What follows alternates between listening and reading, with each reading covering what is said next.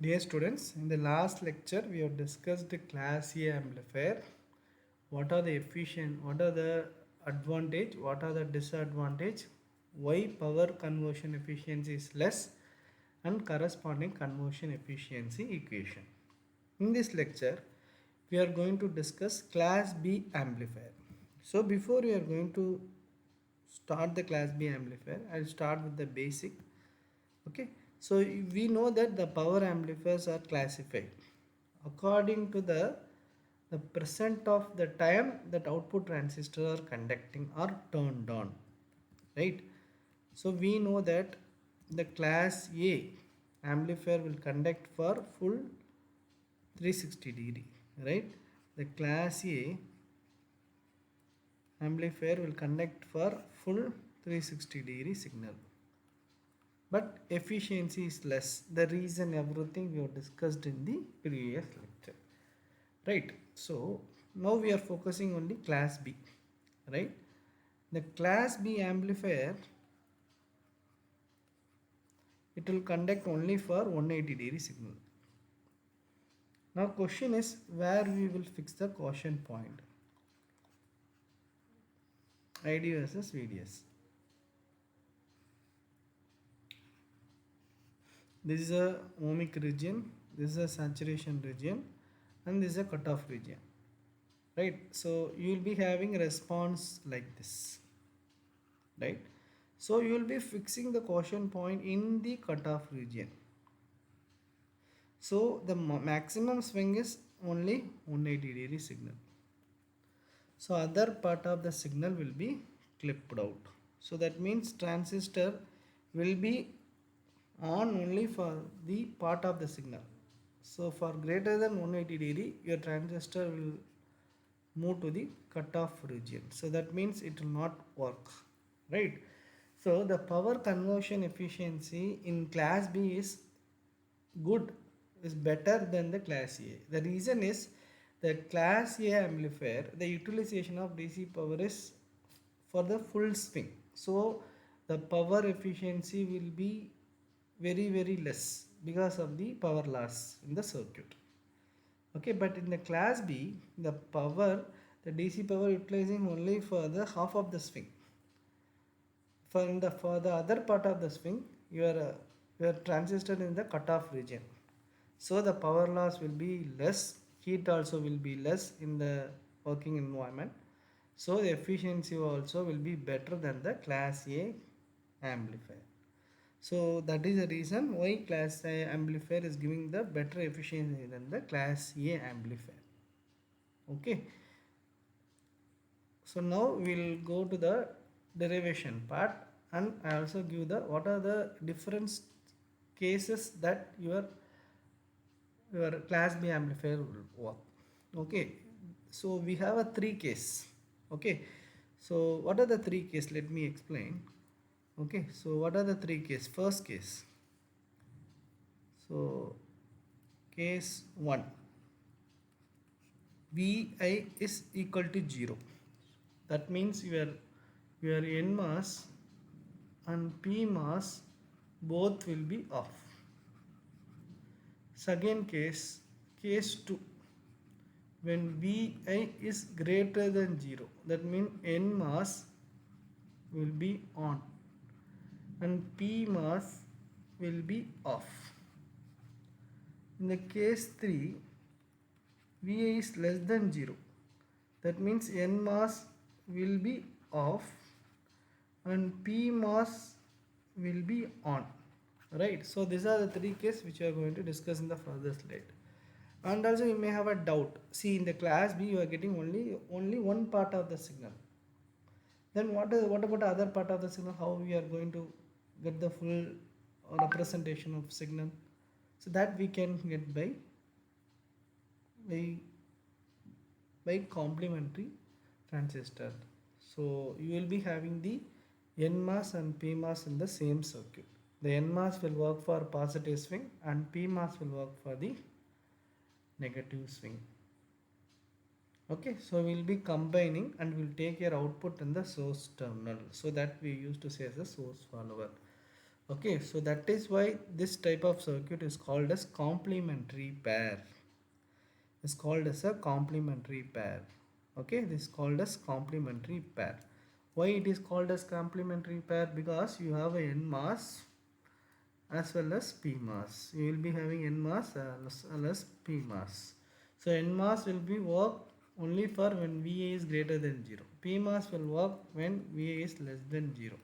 So both will be combined, you can see here. So this is a n mass and this is a p mass. So mainly you can see it's a gate, drain, source. Gate, source, and is a drain.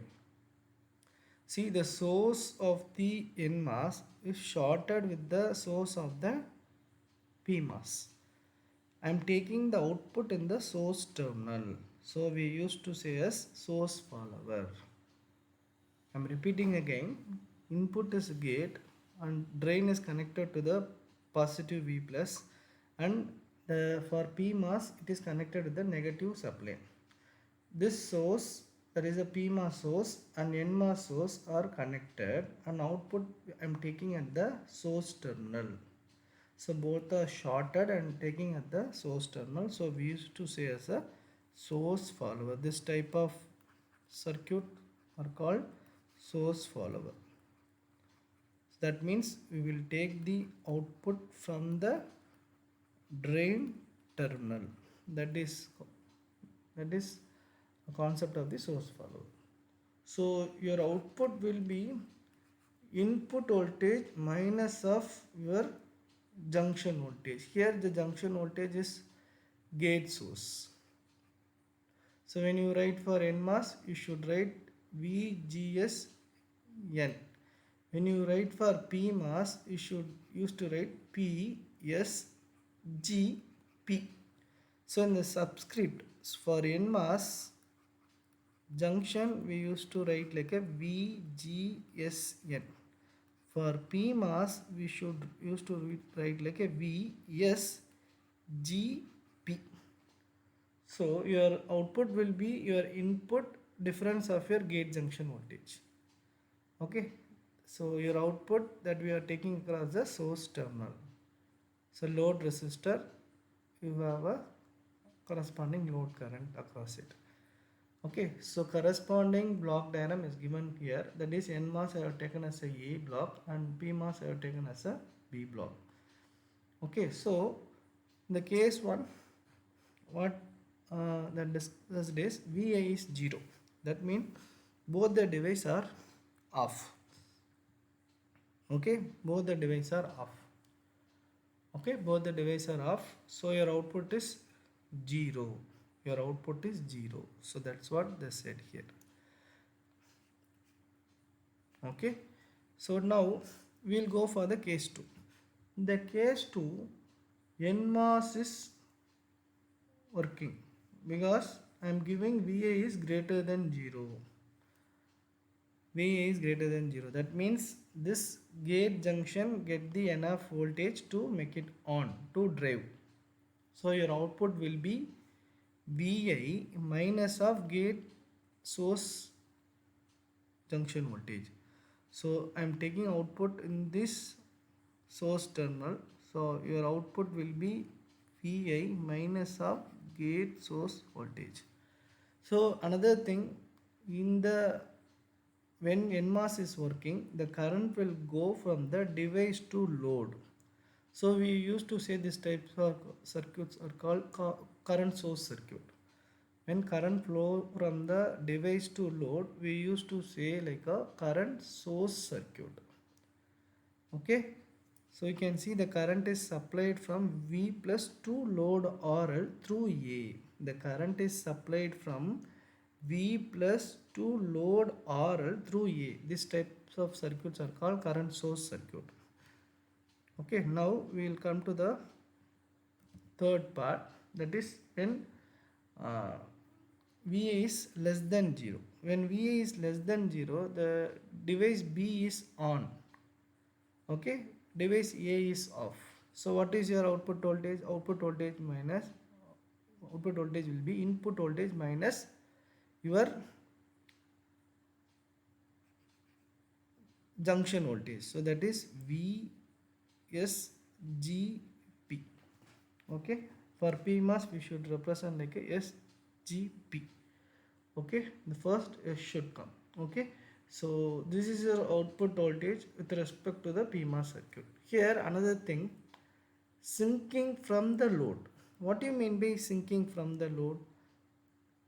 The current is moving from load to device. In the previous case, the current is moved from the device to load. That is a current source circuit. It is a current source circuit. Here, the current is going from load to device. That is sinking current. Okay, that is a different you want to understand. Okay, the current is supplied from V minus to load RL. Right, through load RL through B. Okay, in the last it was through A, this was with respect to the block diagram B. Okay, I hope you can understand. These are the three cases which were a complementary device which is working in these three conditions. So case 1 VA is equal to 0, case 2 VA is greater than 0, and case 3 VA is less than 0. Corresponding circuit is given here for your understanding. Okay, so the problem with the class B, that is a complementary device here, is it is a crossover distortion. So you can see here, so this is a region at which your MOSFET is not working actually. So it is not responding. Even if I am giving input, your response is 0. So this is called dead band. This is called dead band. So you can see this is the slope when Q, that is when NMOS is conducting and PMOS is off. This is the slope for PMOS is conducting and NMOS is not conducting in this region. So this region acting as a dead band and introducing some non-linear distortion, that is crossover distortion. See, your signal should be like this, right? But due to this dead band, your output will be something like this. So these are called dead band. Okay, so this will introduce higher like a noise in your circuits. Okay, this should be removed. So this can be removed by modifying this class B circuit.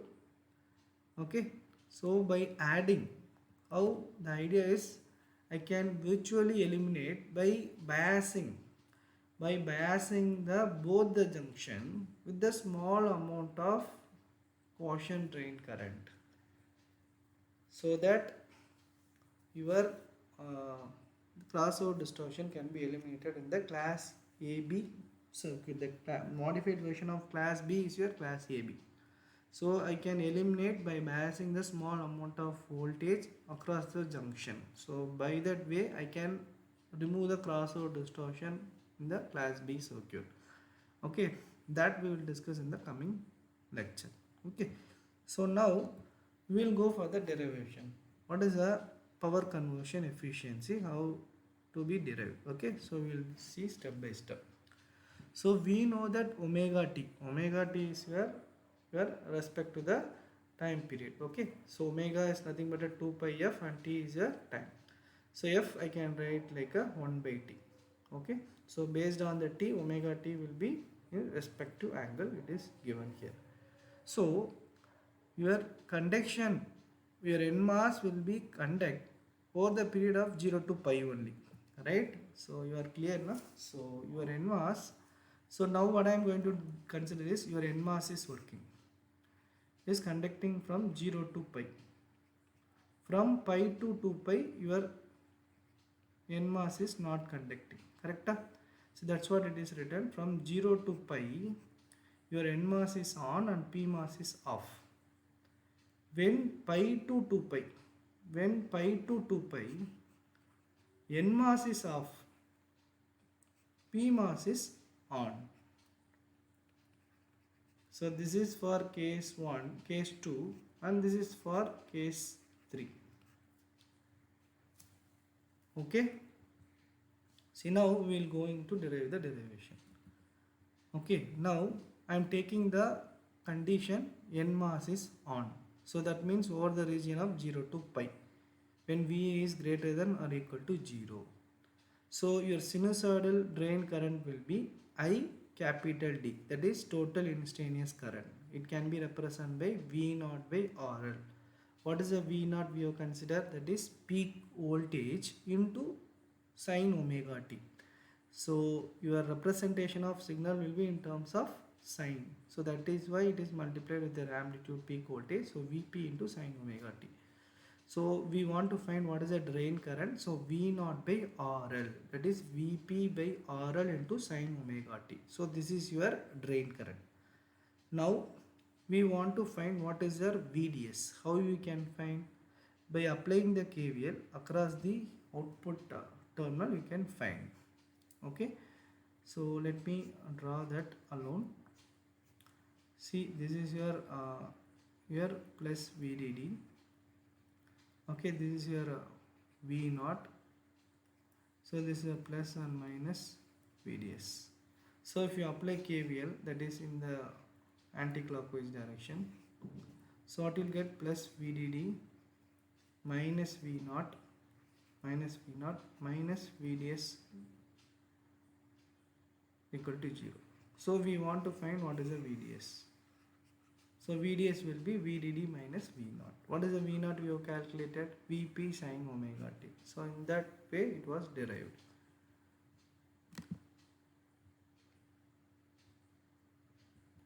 Okay, now we will find what is the instantaneous power dissipation in the NMOS transistor, that is P in the subscript Qn. N means for NMOS transistor. So in every place you can see N, that means we are doing for NMOS transistor. VDS, that is your output voltage into output current. Okay, VDS into IDN. Already we have calculated what is the VDN, so you want to substitute.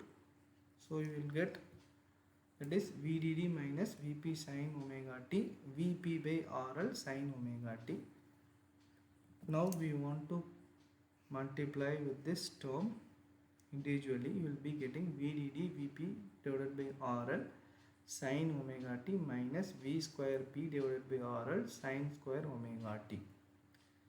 You know that from pi to 2 pi Va is less than 0, so NMOS is off. So the corresponding power in the NMOS transistor will be 0 from the region of pi to 2 pi. Right. Okay. Now, so up to this we have discussed. Okay. Up to this we have discussed in the previous slide. Okay. After this line, so you have a, up to this you have a previous slide content. From here the new content is updated. Okay, the average power. How to calculate the average power? What you are going to do is, we are going to calculate what is the average power and average current. Then we can find your conversion efficiency, that's all. Okay, so what we have determined in the previous slide is PQN is nothing but a VDD Vp by RL sin omega t minus V square P divided by RL sin square omega t. So at the pi to 2 pi, you know, it will be 0, right? So now 1 by 2, the formula is 1 by 2 pi, 0 to 2 pi, P Q1 instantaneous d omega t. We know that P mass, your N mass is working for 0 to pi, for pi to 2 pi it is not working, so you want to substitute 0. So the region is 1 by 2 pi, that is 360 degree, that is 1 by 2 pi, and 0 to pi PQ1 with respect to the d omega t. So already we calculated PQ1, so substitute. So we can substitute here. Then we want to integrate. So I have separated the terms and I have passed the limits. Okay, now you want to integrate sin omega t and sin square omega t. Okay, so if you integrate, what you will get? Okay, for sine omega t, if you integrate, you will be getting 2. So that is sine theta. If you integrate, you will be getting cos theta. If you pass the limit pi and 0, you will be getting 2. Similarly, for sine square theta, if you integrate, the formula is 1 minus cos 2 theta by 2.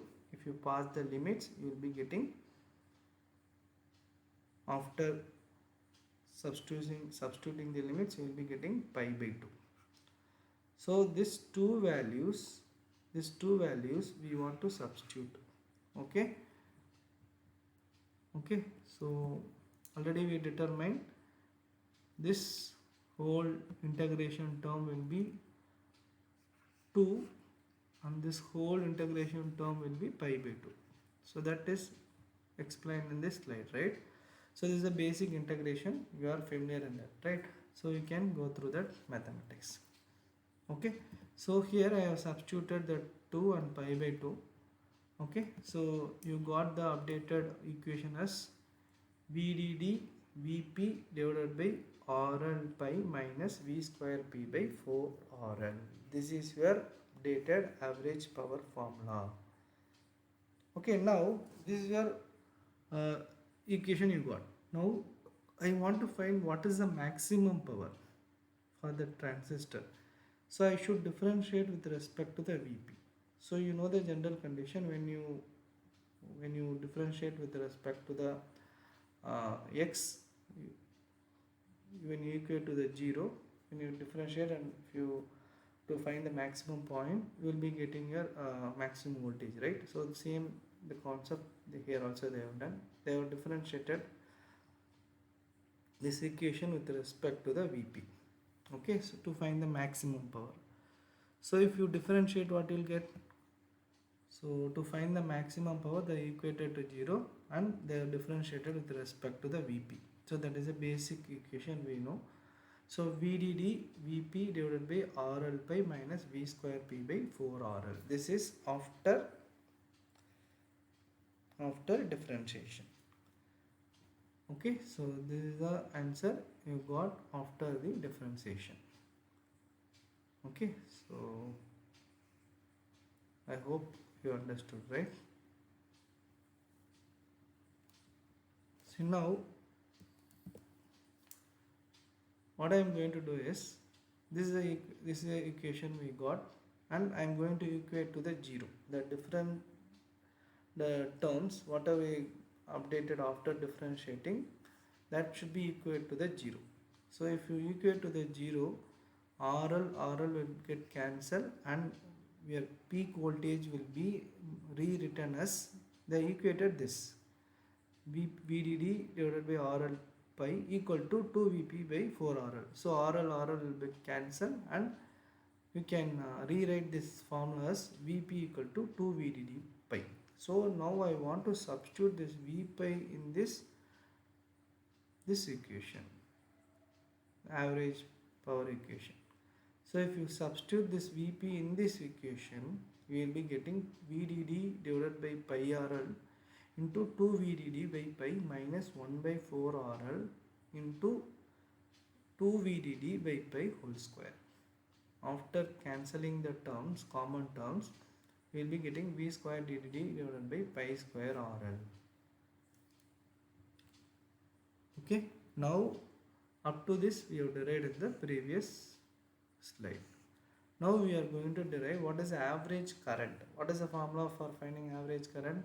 We are finding for n mass, so IDN, n in the subscript, average only we are finding 1 by 2 pi from the conduction angle of 0 to pi Vp by RL sin omega t d omega t. So we know that pi to 2 pi the output is 0. So when you integrate the sine, that is you will be getting 2. That is sine theta. If you differentiate, you will be getting cos theta. If you pass the limit, you will be getting minus 1 minus 1. So already you have minus here. So if you take, you will be getting 2, that you have passed. So the final equation is Vp by pi RL. So we have got the two values. Like we have calculated what is your minimum power, average power and maximum power. So we have find out the maximum power when Vp equal to 2 VDD by pi. So with that we got this equation, and average current we have derived Vp by pi RL. Similarly, when you consider for PMOS from pi to 2 pi for with a minus VDD supply, we will be getting P. See, both are mirror half, right? So whatever you are getting here, that is that will be same as your PMOS and NMOS. Okay, so because both are matched transistor. Okay, so just only we want to change your corresponding variables. Okay, V square dd by pi square RL. Okay, so this is for NMOS and this is for PMOS. Okay, so here average current will be here Vp by pi RL, here also Vp by pi RL. So now we want to find for average power supplied by the two sources. Average power supplied by the two sources by considering the two supply we want, right? That is Ps equal to 2 VDD into your obtained your voltage. Okay, that is this current. Okay. Okay, that is voltage into current. So voltage is 2 VDD and current is this whole term, that is Vp by pi RL. Okay, so average power delivered to the load will be PL equal to 1 by 2 V square P by RL. This is a basic formula. Okay, so that you know now. So that is a Vp by Vp into Ip. So Vp I can write like a so in terms of Vrms. Okay, you can write Vrms into Irms, so that I can write like a Vp by root 2 and Ip by root 2. So you will be getting 1 by 2 Vp into Ip. Okay, so from here I can write 1 by 2 Vp. So what is the Ip? V by Vp by RL. So you will be getting 1 by 2 V square P divided by RL. So with that this equation was derived. This is a basic one. We have discussed for even class A power amplifier also. So this is the average power delivered to the load. So 1 by 2 V square P divided by RL. So it was derived by these steps.